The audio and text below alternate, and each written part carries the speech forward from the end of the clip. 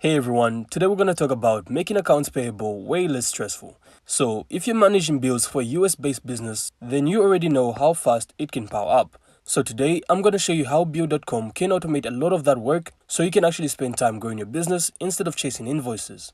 So first things first, simply log into your Bill.com account, and if you don't have one yet, don't worry, I'm going to leave a link down below to get started. So once you're in, you're then going to have to head over to the accounts payable section. So this is where all your bills live. Now, one of the best things about Bill.com is that it automatically tracks due dates. So instead of manually checking each invoice, you can see everything at a glance.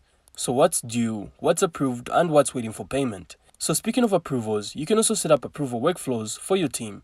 So for example, you can have invoices automatically routed to the right manager for approval before anything gets paid. So this keeps mistakes low and ensures your internal controls stay tight. Now next up, let's also talk about payments. Bill.com also lets you pay vendors electronically, which is a huge time saver. You can pay via check, ACH, or even international wire transfers.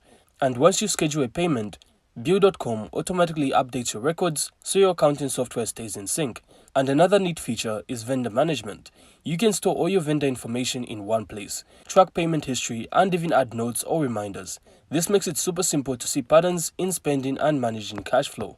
And finally, don't forget about reports. So Bill.com has built-in reports for tracking outstanding bills, payment history, and more. Running these regularly gives you a clear picture of your AP, so you always know where your money is going.